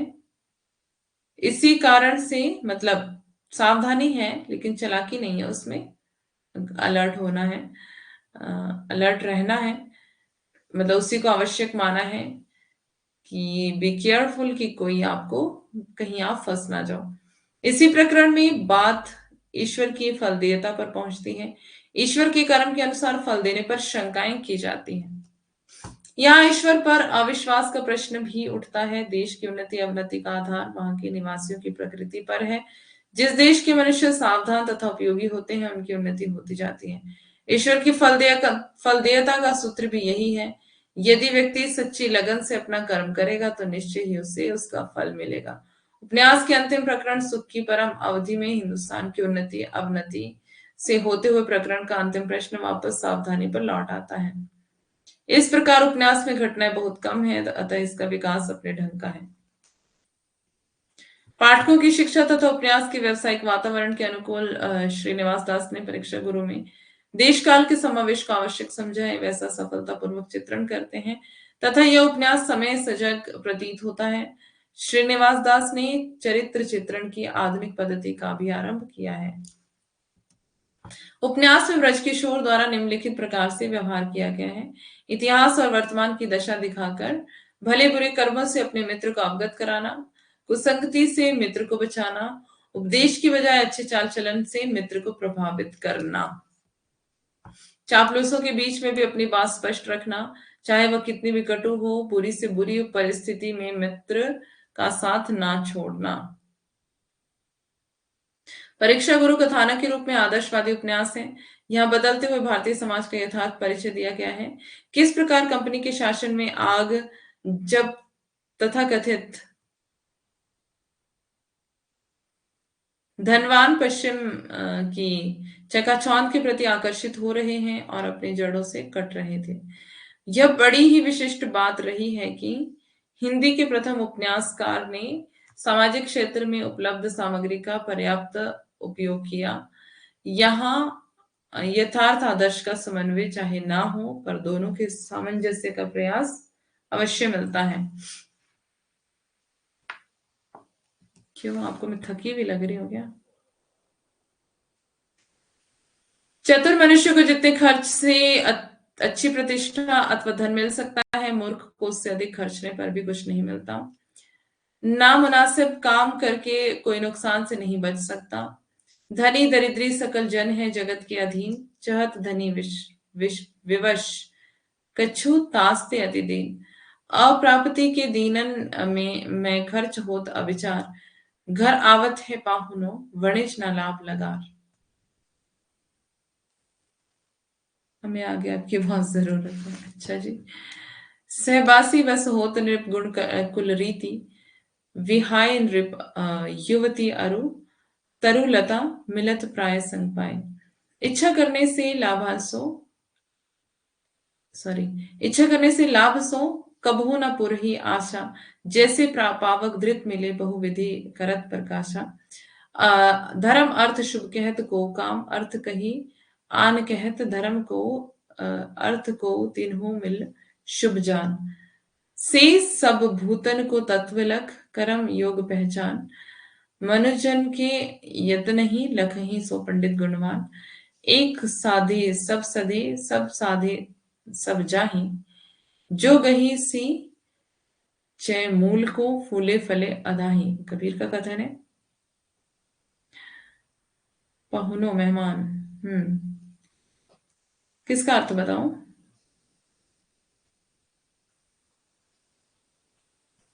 इसका अर्थ बताने की क्या जरूरत है, ये ऐसी ही पंक्तियां यहाँ पे रखी हुई है, कुछ खास नहीं है, आपके काम की नहीं है। वैसे तो इजी है, कुछ अर्थ का कोई वो नहीं है इसमें, और इसको इसका अर्थ बताने की कोई जरूरत भी नहीं है, ये आपके काम का भी नहीं है। मैं इसको छोड़ने ही वाली थी वैसे भी।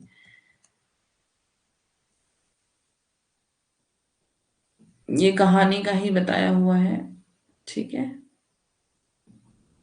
मनुष्य के चित्त से बढ़कर कोई वस्तु कोगल कोमल और कठोर नहीं होती। कोमल होगा ये लाला ब्रज किशोर का कथन है। ईश्वर ने मनुष्य को स्वतंत्र बनाया है, पर स्वेच्छाचारी नहीं बताया, क्योंकि उसको प्रकृति के नियमों में अदल बदल करने की बहुत शक्ति नहीं दी गई है। ये भी लाला ब्रज किशोर का कथन है। क्या गलत हो गया? दोहा कबीर वाला? ये गलती दिख गई होगी ना। मनुष्य मनुष्य जिस बात को मन से चाहता है उसका पूरा होना ही सुख का कारण है। ये मास्टर शंभु दयाल का कथन है। ये बस कथन याद रखने हैं आपको, कौन किसका कथन है। बना रहने दो। अरे मैंने उसको बोला कि वो आपके काम का नहीं है, उसको छोड़ दो, ठीक है। एक प्रामाणिक मनुष्य परमेश्वर के सर्वोत्कृष्ट रचना है। आवत ही यह सामर्थ्य है कि अ, वह मनुष्य की इच्छा ना होने पर भी अपनी इच्छा अनुसार काम करा लेती है, धोखा दे देकर मन पर अधिकार कर लेती है। मुझे लड़ाई नहीं करनी, तो लड़ लो, क्या पता तुम्हें इनाम मिल जाए।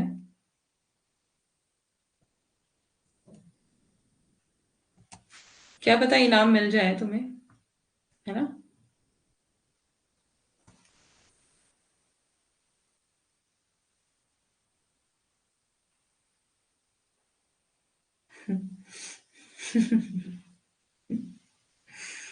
क्या लड़का है ये।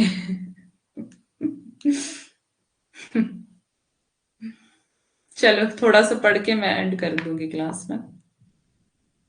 मुझे तो सही पता है ही। अच्छा भी दो ये में गलती है ना। देखो अभी मैं बताती हूँ। जितना तो यहाँ संस्कृत दिया है, ये आपके काम का है नहीं। मैं इसको काट रही हूँ, ठीक है। मैंने आपको पहले ही कहा था, ये आपके काम का नहीं है। मैंने ऐसे ही पढ़ दिया।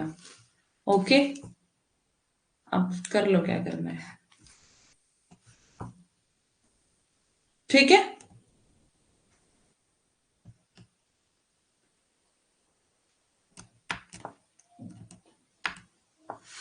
इसमें से कुछ भी पेपर में पूछा नहीं जाना है। फायदा क्या है इसको पढ़ के? कल पढ़ा देना। चलो अब करो बात, बात कर लेते हैं।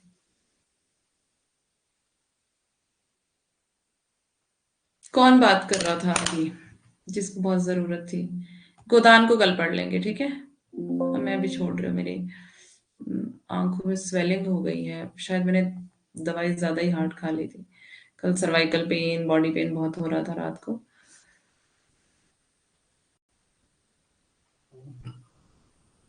आज मेरा अवकाश है, अच्छा। आपका अवकाश थोड़ी देखना है मुझे, अपने अपना भी देखना है और बाकी बच्चों का भी देखना है भाई, है ना? हम्म। आंखों में स्वेलिंग है और आंखें खोलने में भी दिक्कत हो रही है मुझे आज। दवाई मैंने ओवरडोज ले ली है शायद, इसलिए मुझसे उठा ही नहीं जा रहा था सुबह। एक मैंने सर्वाइकल की दवाई खाई है, बॉडी पेन और सर्वाइकल की, और साथ में कोल्ड वाली, क्योंकि मुझे लग रहा था कोल्ड ना हो जाए कहीं।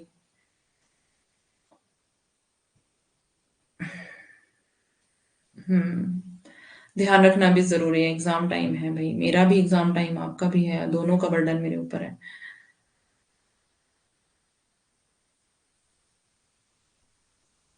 क्लास कब तक होती है? पता नहीं चलता। मेघा, क्लास हमारी सुबह मॉर्निंग में होती है। मॉर्निंग में हमारी क्लास होती है 7 बजे से 8 बजे तक, ठीक है। और आज छुट्टी है सबकी, इसलिए एक्स्ट्रा टाइम लिया है मैंने। और शाम में हमारी क्लास होती है 6 बजे से 7 बजे तक, ठीक है। पढ़ा दो रेस्ट करके, चलो बात करके थोड़ा सा पढ़ा देती हूँ।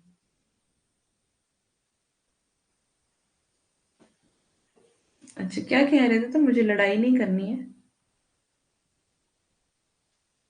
हम्म।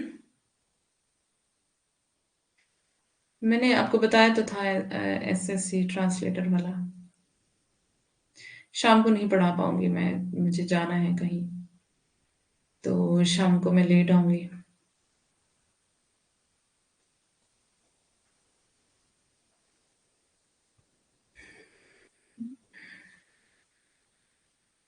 वैसे तुम लड़के तो बताओ कैसा लड़ते हो?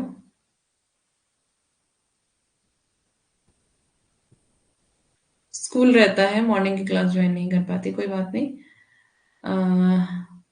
आप गुस्सा हो जाते हो तो अच्छा, मतलब क्या करूं फिर अब? नहीं होना चाहिए गुस्सा।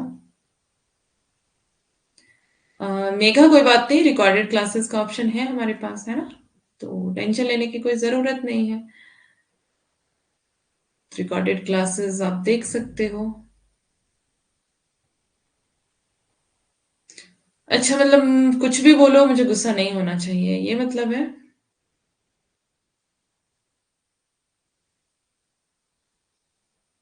गलत पढ़ाती रहती हूँ तो? हाँ, किसने तुम्हें गुड़ दिया है कि यहीं पे आओ, जाके कहीं और से पढ़ लो। हम्म।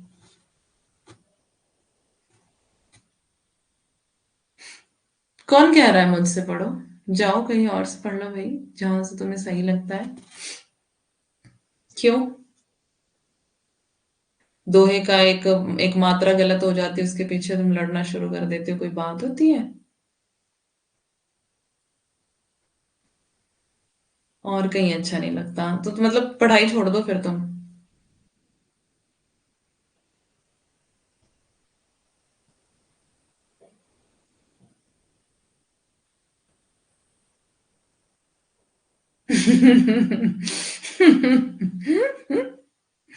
ऐसे लड़ेंगे, हाँ।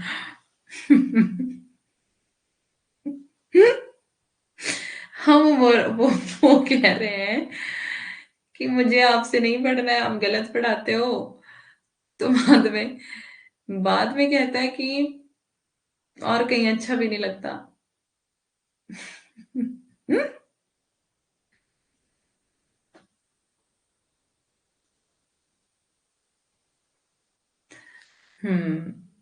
बेचारा लड़का लड़का जो है लटका हुआ है, सूली पर चढ़ा हुआ है ना? कोई ऑप्शन भी तो नहीं है। कहाँ जाओगे आप?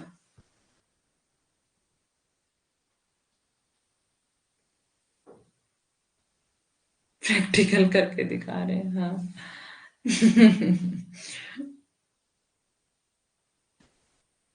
हम्म। हाँ, मैं वही बोल रही हूँ, छोड़ दो पढ़ाई। क्योंकि देखो, मैं तो सही नहीं पढ़ाती हूँ, और बाकी कहीं ऐसे आपको पढ़ना अच्छा नहीं लगता है तो छोड़ना ही पड़ेगा ना। अब मैं नहीं पढ़ूंगा, आपने मना कर दिया, मैंने कब मना किया भाई? मैंने कब मना किया? मैं तो रोज यहाँ पर आती हूँ।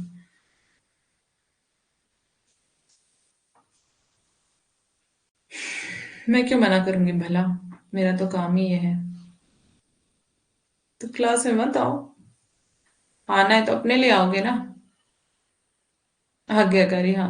मतलब अच्छी बातों में तो कोई आज्ञाकारी नहीं करता है ना, अगर उनको थोड़ा सा बोल दो तो उसमें आज्ञाकारी दिखाई देते हैं। आखिरी क्लास है, वाओ। अब ये रूठना, मतलब ठीक है।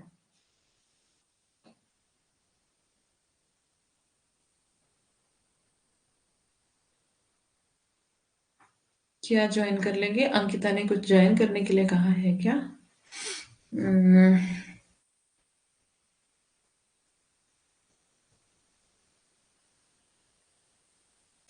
मैं आपकी सारी बातें मानता हूँ, अच्छा। ओके, ये भी अच्छी बात है। तो मुझे आज ही पता चला कि मेरी सारी बातें भी कोई मानता है, wow. I am so lucky. Ankita क्या ज्वाइन करने के लिए कह रही है? मैंने नहीं पढ़ा है उसका कमेंट, कहाँ पर है? मिल नहीं रहा मुझे।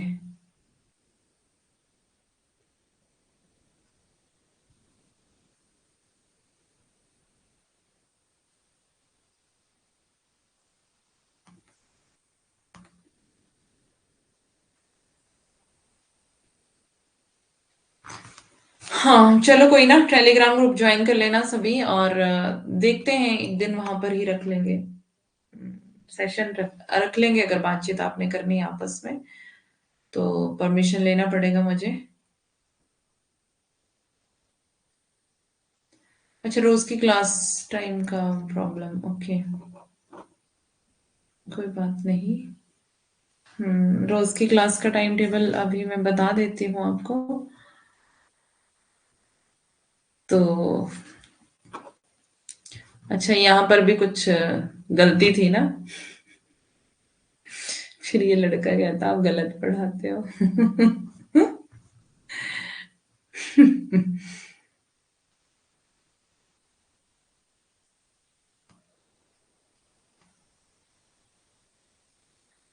मैम ने बोला है उनको जेआरएफ लेके दो।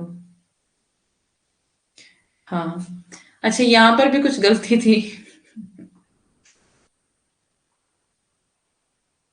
यहाँ पर कुछ गलती थी क्या? राह संघर्ष की जो चलता है वही संसार को बदलता है, जिसने रातों से है जंग जीती, सुबह सूर्य बन, इसमें तो ठीक था। इसमें क्या सही करने को आप बोल रहे थे? मॉर्निंग में 4 बजे, हाँ मतलब मैं रात को 2 बजे क्लास रख लेती हूँ, उसमें क्या है? आपका कौन सा कुछ जा रहा है भाई? उठना तो मैंने है। सुबह जो क्लास है हमारी वो होती है 7 से 8। ये है मॉर्निंग में, ठीक है, जिसको नहीं पता है।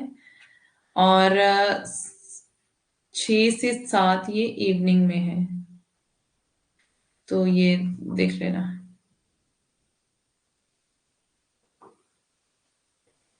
क्या नहीं मिला? राह संघर्ष की जो चलता है वही संसार को बदलता है, जिसने रातों से है जंग जीती, सुबह सूर्य बनकर वही चमकता है। क्या है भाई, मेरे को समझ नहीं आ रहा।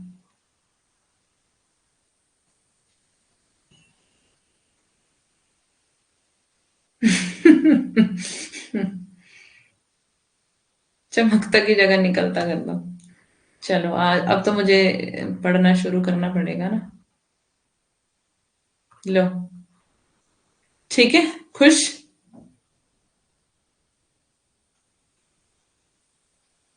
मतलब सूर्य चमकता नहीं है, सूर्य सिर्फ निकलता है, मतलब आपकी नॉलेज में इतना है। 4 बजे अब नींद में होंगे, हाँ। एक लड़का क्लास में होगा बस।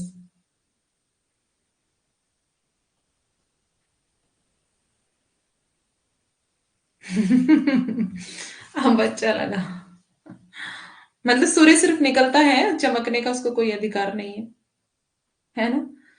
बोलता मैम इसको सही कर लो, यहाँ पे निकलता कर लो, कहते। फिर मैंने बोला मैसेज मिल गया ना आपको, उतना ही काफी है।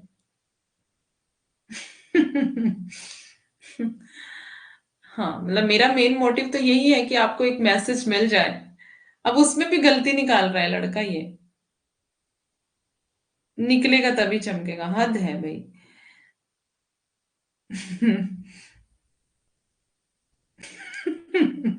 सूरज आज क्या सोचेगा? 5 बजे मॉर्निंग होता तो ठीक रहता। मेघा 5 बजे बहुत जल्दी होता है बेटा। अभी इतना जल्दी बच्चे थोड़ी भी क्लास में आ जाएंगे, है ना? तो आप रिकॉर्डेड सेशन देख लिया करो। स्पीड बढ़ाने का ऑप्शन है आपके पास, आप स्पीड बढ़ा के क्लास देख सकते हो। ठीक है, 5 बजे बहुत ज्यादा जल्दी हो जाएगा, कोई भी क्लास में नहीं आएगा, मुझे पता है। ये जो बोल रहे हैं ना यहाँ 4 बजे कर दो, 3 बजे कर दो, मुझे पता है बाद में ये सब गायब होंगे।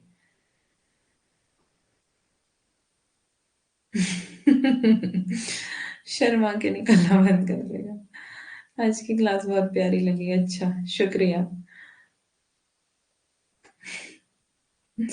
मजे आ गए, अब मैं आऊंगा। हाँ, अब चमकता की जगह हमने निकलता कर दिया, इसलिए मैं अब आऊंगा क्लास में, है ना? कहता आप गलत पढ़ाते हो लड़का। चलो, होगी बातें। और किसी ने कुछ बोलना है? ऐसे सेशन था आज, तो मैम को भी सिखा दिया, और तो छोड़ो।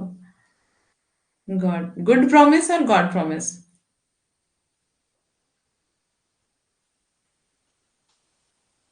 हम्म। आज मैम को पढ़ा दिया ना, चमकता की जगह। अच्छा, वो कबीर वाला भी कोई दोहा गलत था आगे, है ना? वो तो मैंने ध्यान में भी नहीं दिया। चलो, उससे हमें क्या ही लेना देना, उसको मैंने काट दिया है। वैसे भी वो एग्जाम में नहीं आने वाला है दोहा। दोहा और वो जो भी संस्कृत में था। गुड प्रॉमिस, अच्छा।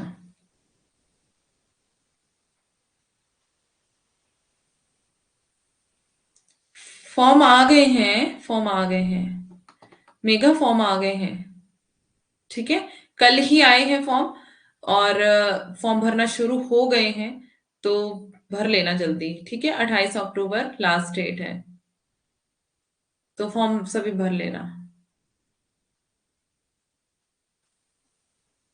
वो ही आएगा, नहीं आएगा? क्यों बच्चों को टेंशन दे रहे हो फालतू में? भर दूंगी मैं कल ही, हाँ। हाँ हाँ, बोलो ममता।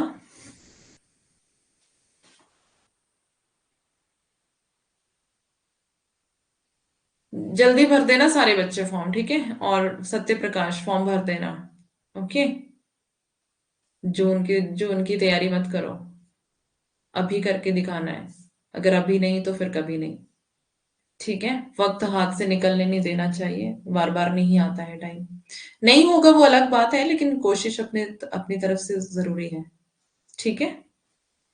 तो ऐसे छोड़ के कुछ नहीं मिलेगा आपको, एक्सपीरियंस होगा एग्जाम दे करके। अभी हमने परीक्षा गुरु पढ़ा था ना। हम्म। जब भी भरो टाइम से भर देना। मैं तो कह रही हूँ होगा, लेकिन आप कह रहे हो ना कि जून में भरना है, मैंने इसलिए कहा। हाँ भी, आज याद रखोगे मैं आपको।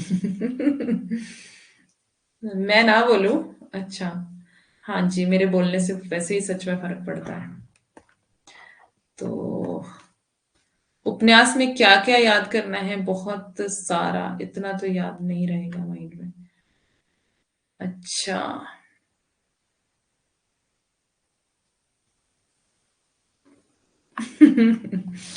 नहीं, मैंने सबके लिए टाइम रखा है भाई। एक एक बच्चे के लिए नहीं रखा है।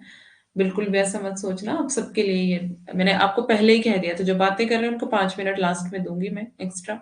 बाद में बातें कर लेना, ठीक है? और क्लास में फोकस किया करो बस। गुरु की वाणी सच हो जाती है, हाँ। नहीं, मेरी वाणी वैसे ही सच हो जाती है। भक्त व्यक्ति हूं मैं। और जो बोलती हूँ हो जाता है, टेंशन मत लो। अच्छा होगा सब। हम्म। अच्छा, क्या क्या याद करना है ये सब मैं बता चुकी हूँ आपको। कि आपको सिर्फ स्टोरी पता होनी चाहिए। उपन्यास की स्टोरी क्या है, उसके पात्र आपको पता होने चाहिए कौन कौन है। उसका प्रकाशन वर्ष आपको पता होना चाहिए क्या है, कौन से पात्र का कौन सा कथन है। ये आपको पढ़ करके पता चल जाएगा, है ना? तो उसके लिए टेंशन मत लो। बाकी क्लास में बताती चलूंगी, है ना? अभी चले हम।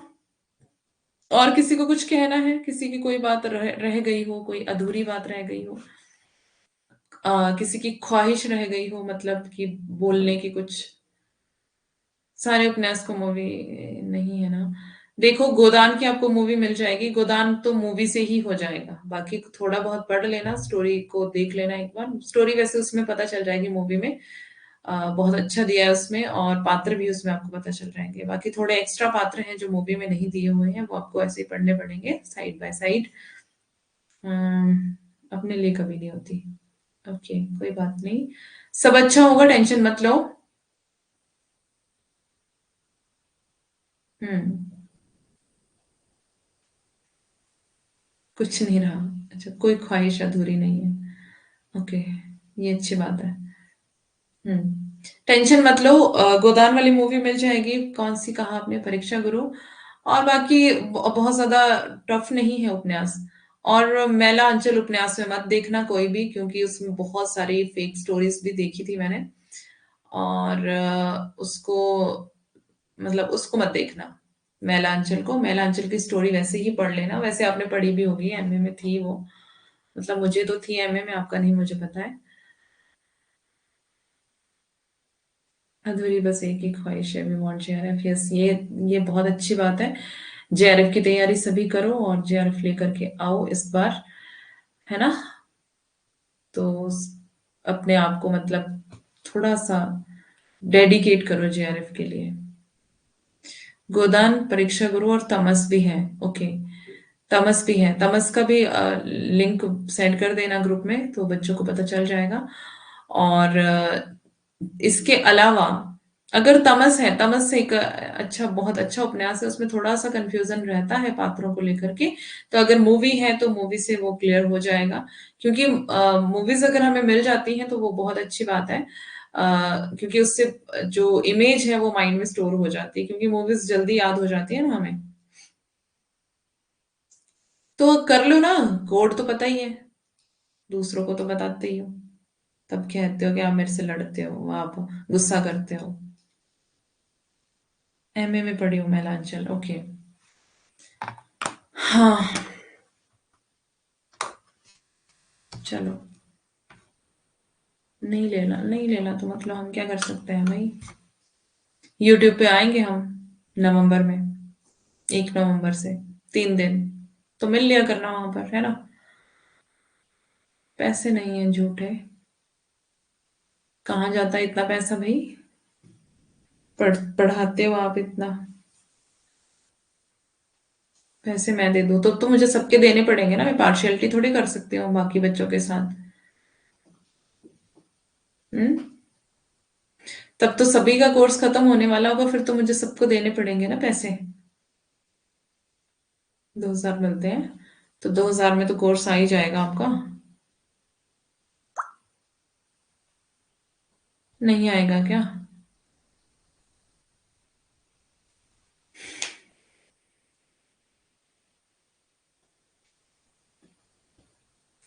तो मैं पक्षपात बिल्कुल भी नहीं कर सकती हूँ।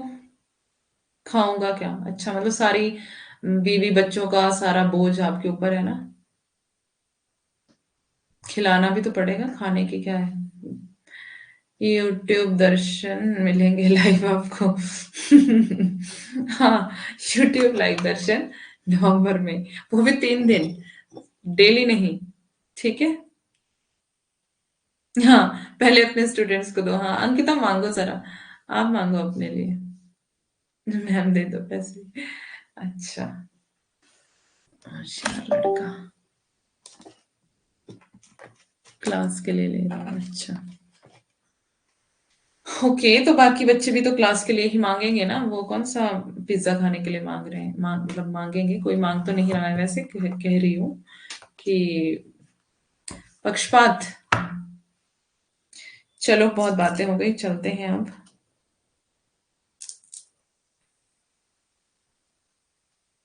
कल की क्लास में मिलेंगे, आगे कंटिन्यू करेंगे गोदान। गोदान की तब तक स्टोरी देख लेना, ठीक है? 1642 दिए हैं। तो आपका तो 2 साल का है ना कोर्स? 2 साल का। 1642 में आप कह रहे हो 2 साल का। सब कैसे खत्म हो गया अभी इतनी जल्दी?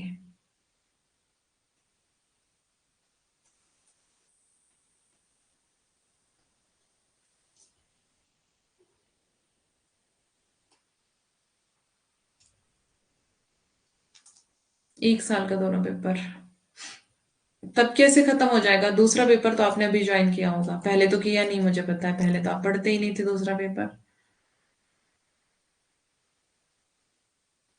अच्छा, सर जी ने ही परचेज किया है, मुझे नहीं करना पड़ा, अरे वाह।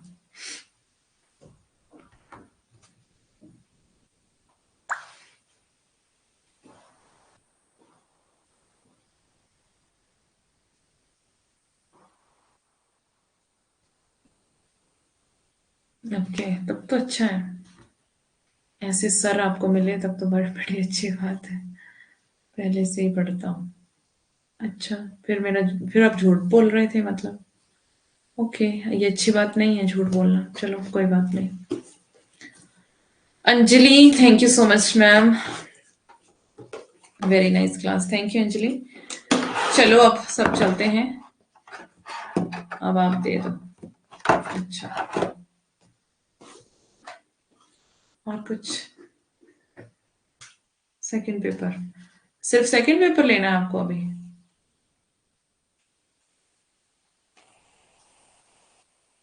अच्छा, क्लास नहीं लेते थे, ओके। राइट। चलो ठीक है, मैं एंड करती हूँ अब। मिलते हैं कल सुबह। कल सुबह 7 बजे। जिसको टाइम पता नहीं है, कल सुबह 7 बजे हम मिलेंगे। शाम को क्लास नहीं है। और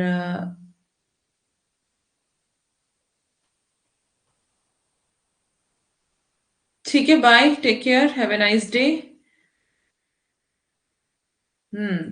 बातों में तो पूरा दिन दे दो, हाँ पढ़ाई के लिए बोलो तो फिर। चलो पढ़ लो बेटा, जा करके पढ़ लो, है ना, टाइम वेस्ट मत करो। Okay, bye, have a nice day, कल सुबह मिलेंगे।